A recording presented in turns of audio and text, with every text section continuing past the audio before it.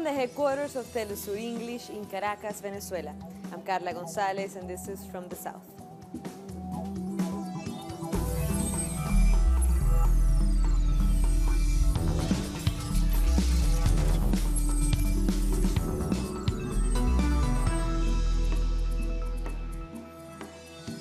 We begin in New York, where Cuban President Miguel Díaz-Canel told the opening session of the UN General Assembly that the only way to guarantee worldwide stability is to address the root causes of the problem.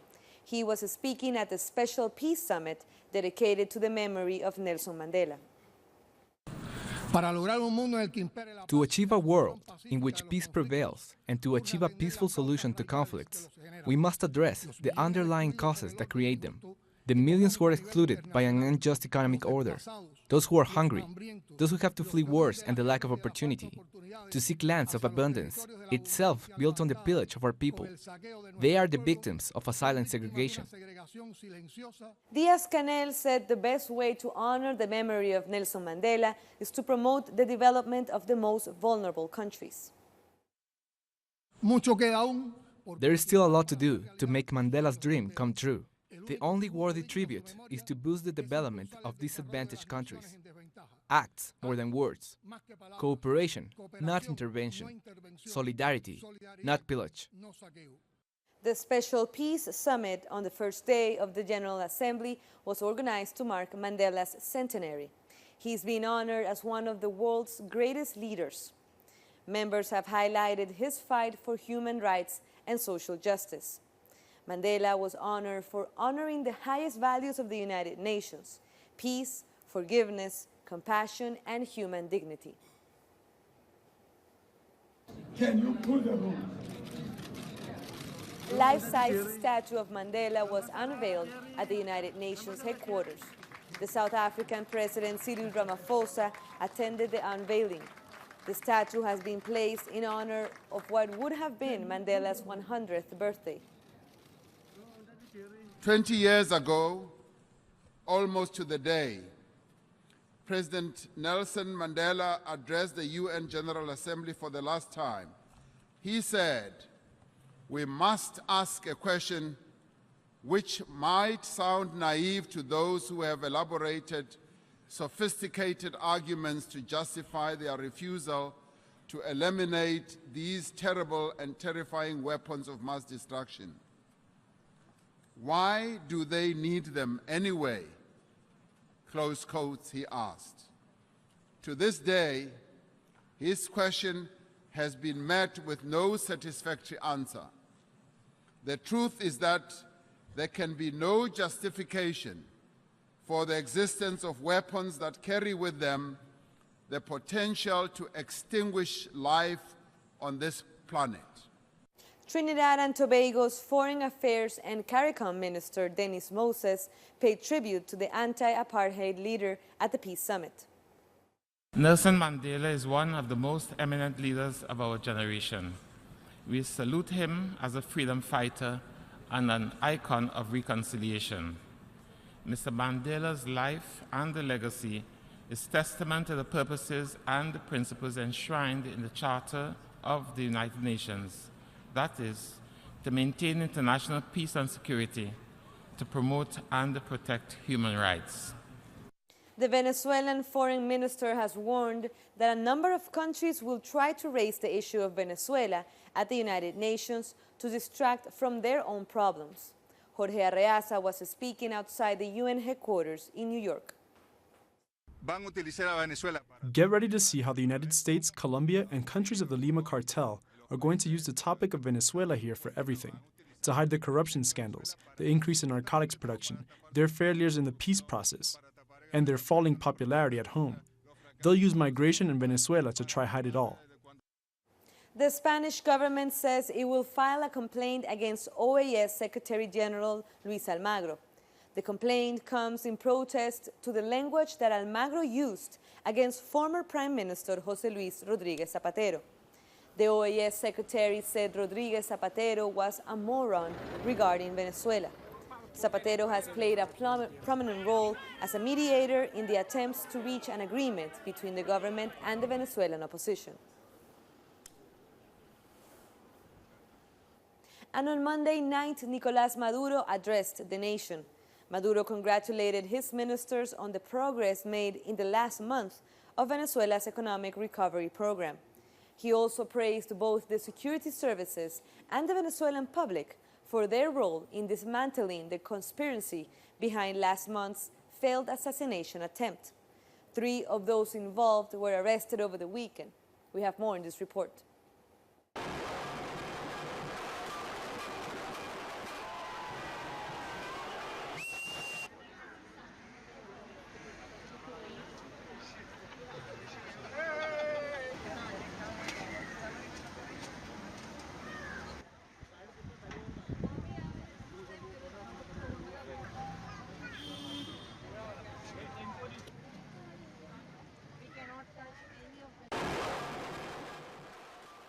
Coming up, more stories. We'll be back.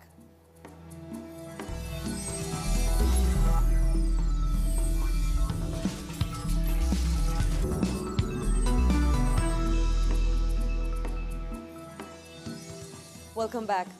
The electoral campaign of Workers' Party candidate Fernando Haddad continues. Haddad toured the southwest of Brazil, visiting former President Luis Inácio Lula da Silva again on Monday.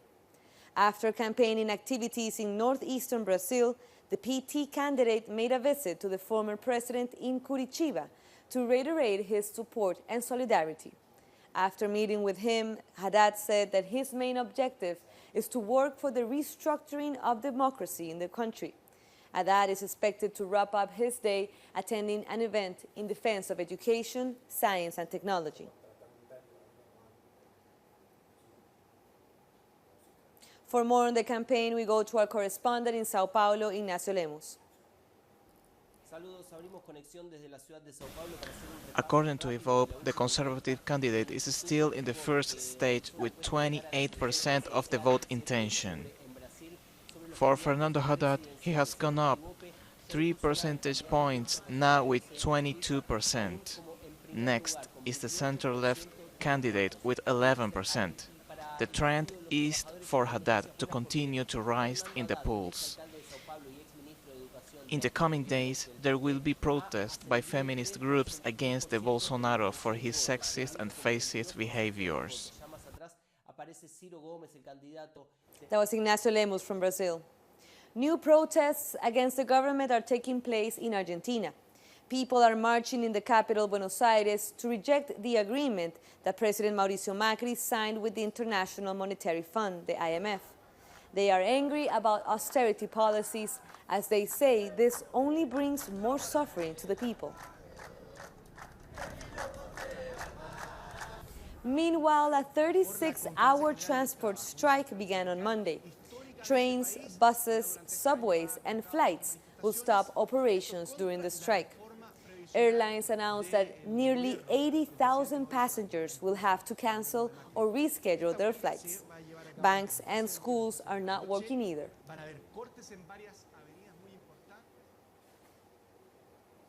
Consumers in Ecuador are spending less, and it's having a negative effect on the government's tax income.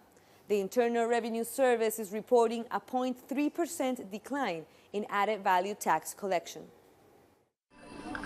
Ecuador's economy is still in recovery, and in the provinces, it's indigenous artisanal traders who are hardest hit.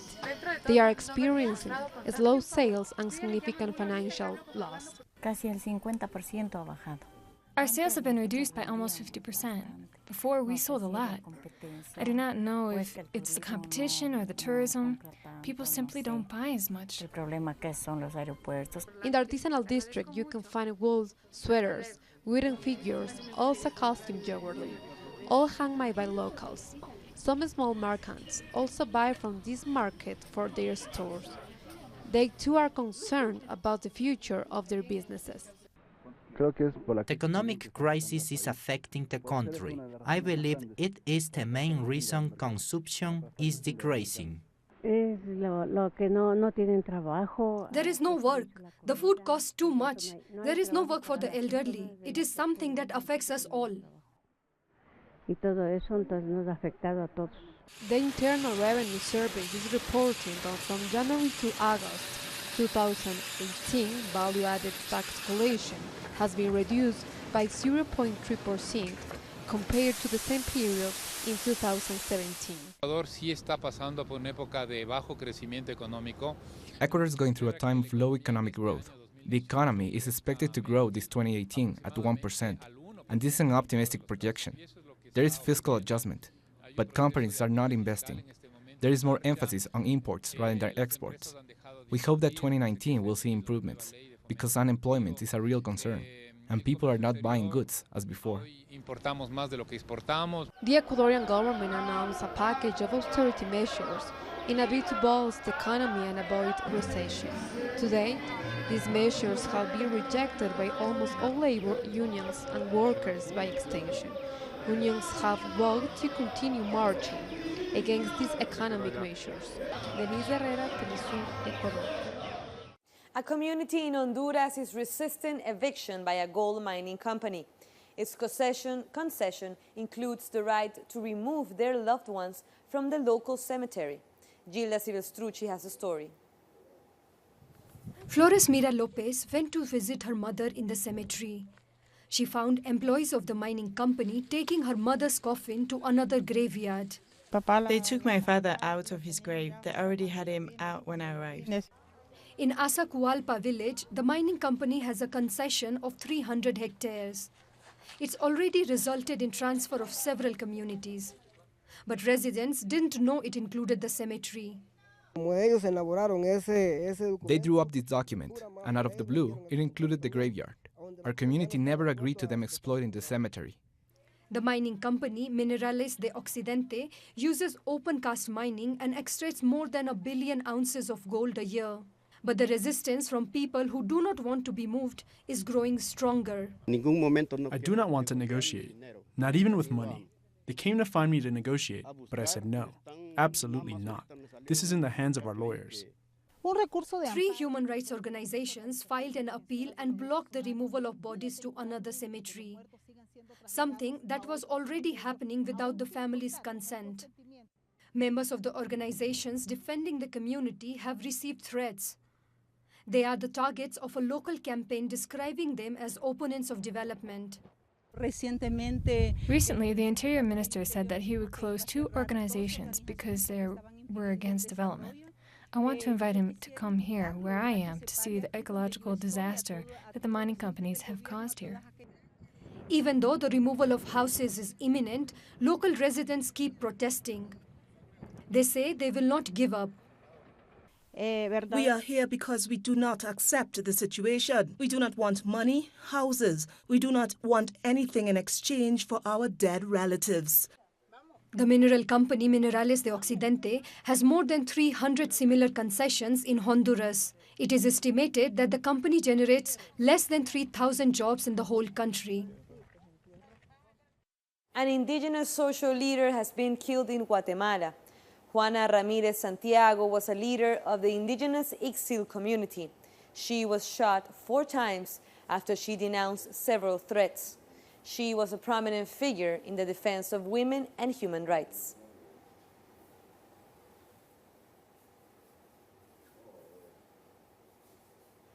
Journalists have rallied in the Mexican state of Chiapas after the murder of their colleague, Mario Gomez. They are urging authorities for justice and for their lives to be protected.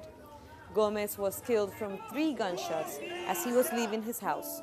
He had previously reported threats that he received. Gomez is the 9th journalist killed so far in 2018. Mario had already been threatened previously, almost 2 years ago. He came to Tuxtla, handed in a criminal report. He had his photo taken with the prosecutor, Raciel Lopez Salazar. Only 1 or 2 months later, they offered him security. Then they didn't listen to him. The president of the labor union Coparmex has been murdered in the Mexican state of Chihuahua. Uriel Loya Deister was shot by 2 men from a car and a motorbike when he was eating with his family. Authorities are investigating the causes of the incident. Mexican authorities have been carrying out DNA tests after a truck full of bodies was found in Guadalajara in the state of Jalisco.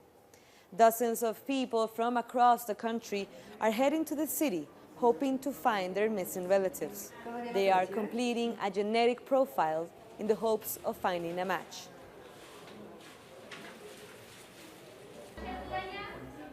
The funeral for Botham Jean took place in his native St. Lucia on Monday. Jean's body was flown home over the weekend for the funeral. He was laid to rest at Chalk Cemetery. Botham was killed earlier this month in his Dallas home by a police officer. Calls for justice resonated at the funeral service. The fact is that Botham lies here dead in this box. This is not fake news. There lies his body. The officer, the off-duty police officer, is alive and well. I will not plead any apology if my heart is in my face today. If St. Lucia's heart is in its face. St. Lucia is angry. People in the four corners of the earth are angry. For those who choose to do evil, there is a day of reckoning. God will repay all the evil that is done to his children, because he said in his word, vengeance is mine, saith the Lord. In the meantime, let us be good and patient. Let justice take its course, if there be any in this world. To those who continue to protest in his name for justice, we say thank you. But please, do it peacefully, for this is what Botham would want. Botham Shem Jean was not a silhouette. Botham Shem Jean, in his domain, posed no threat. In his apartment, they claim to have found some sort of cigarette. For those who have done and continue to perpetuate such evil, of this you will regret. And as the funeral was taking place, the Dallas Police Department said it had fired Amber Geiger, the police officer who shot Botham Jean. In a statement, it said that Geiger was dismissed after an internal investigation found the officer engaged in adverse conduct when she was charged with manslaughter. The firing comes after widespread calls for action against Geiger, who had been on administrative leave since the shooting.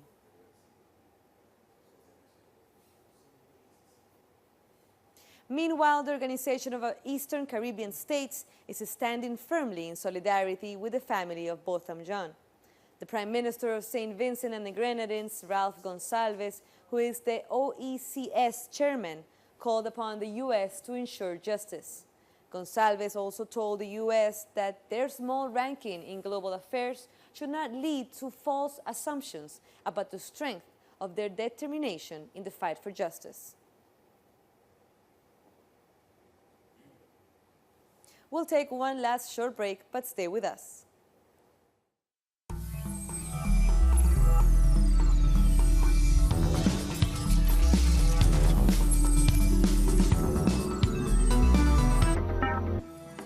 Thank you for joining us again. The economic freedom fighters have called for the removal of all apartheid colonial statues and symbols in South Africa. The news came on the day South Africans celebrate Heritage Day. A statement from EEF said such symbols perpetuate the comfort of racist and white supremacy. It also added that land is the most important heritage upon which all culture is based. Heritage Day in South Africa is a day to celebrate the diversity in culture, language, and traditions of this country. Each year, locals display their various cultures in their traditional clothing, songs, and dance. People across the country stepped out in style to show pride in their heritage. Originally, the day was known as Shaka Day in commemoration of King Shaka Zulu and has been celebrated since 1995. Made a huge contribution towards development of education in South Africa. Although as missionary he came with a specific focus to spread the gospel amongst the indigenous people, the Khoi, and the best way to start was actually teaching the people to read and to write. And Schmidt established his first school in the interior, 1737. Genandal is a very old town. And behind Genadendal, there's a huge story to be told. And now that it's turned like this huge age, I'm actually happy that I can be part of it. Let's turn to Moshfika Butha of Moja Media with more from Johannesburg. As South Africa celebrates National Heritage Day, so too does Genadendal celebrate 280 years of the establishment of its Christian missionary. As South Africa works towards reconciliation, social justice, and social cohesion, Genadendal, like many a South African town with its rich heritage and history, has a huge role to play. The Israeli government has ordered the residents of the Palestinian town of Khan al-Ahmar in the West Bank to leave their homes before the 1st of October. The Israeli forces say they will not only demolish the houses themselves if the villagers don't leave, but will also make them pay for it. Its 180 inhabitants decided to stay. The United Nations, the European Union, and human rights organizations have condemned the measure. Our correspondent Nayara Tardo in Cairo, Egypt, explains what this means for Palestinians. The spokesperson for the Palestinian Authority in Ramallah, Youssef al-Mahmoud, has assured that Israel's intent to demolish the Bedouin village in Jan al-Ahmar, east of Jerusalem, is an unacceptable threat. In a statement, the spokesperson said that this measure goes beyond international law and called for the urgent international action to stop Israeli occupation. Al-Mahmoud pointed out that demolition of the village undermines the possibility of creating a genuine state in Palestine because Israel intends to destroy the village to make a new Jewish settlement. This is a sensitive area due to its territorial continuity and the scope of the solution of two states. Villagers have assured that they would not leave the place and were willing to return to their homes despite the eventual demolition of the village, although international humanitarian law prohibits the demolition of Jan al-Ahmar and the illegal confiscation of property. Israeli forces continue the planned expansion, forcing the evictions of villagers. The deadline Israel has given to the Palestinians is October 1st, ensuring that if villagers do not meet the deadline set, the Israeli army will demolish the entire village. Was Nayara Tardo from Egypt. And China is celebrating its Mid-Autumn Festival. Isaura Diaz, our correspondent in Beijing, explains this tradition and its importance for Asian culture. The Mid-Autumn Festival is a celebration that began more than 3,000 years ago and takes place on the 15th day of the 8th month of the lunar calendar. Like every year, millions of people take advantage of the 3-day holiday and travel to their hometowns to celebrate together with their families. For us, the holiday is very important. In traditional Chinese folklore, it is believed that the most important thing is that the family is united. As the Mid-Autumn Festival Party is a group activity, in our hearts we have the idea that it doesn't matter where you are or how busy you are, you always have to return to spend it with family. The festival usually has a traditional lion and tiger dance. The origin of the festival is surrounded by mythical stories. One of them says it began during the dynasty of Emperor Yang more than 4,000 years ago, with people making sacrifices during the full moon. It is not necessary to protect this festivity because the Mid-Autumn Party is automatically in the philosophy of life of the Chinese people. They will always remember these days. It's almost impossible to forget because of it is a party that is celebrated with family. You will always remember your dear family, especially those who work and live away from their homes.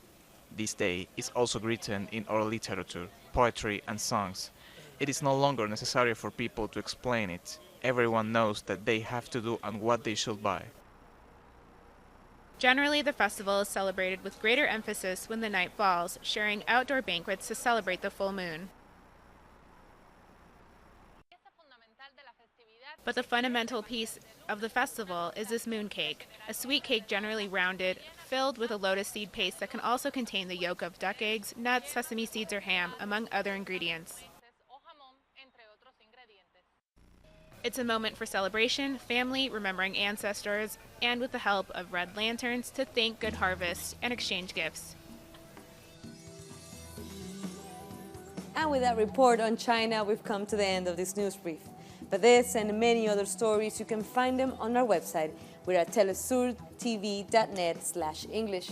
Here you can find all our latest information, our videos on the main topics, our regional coverage, and our photos as well. So please check it out. You can also join us. We're on Facebook, Twitter, and Instagram. For Telesur English, I'm Carla Gonzalez. Thank you for watching.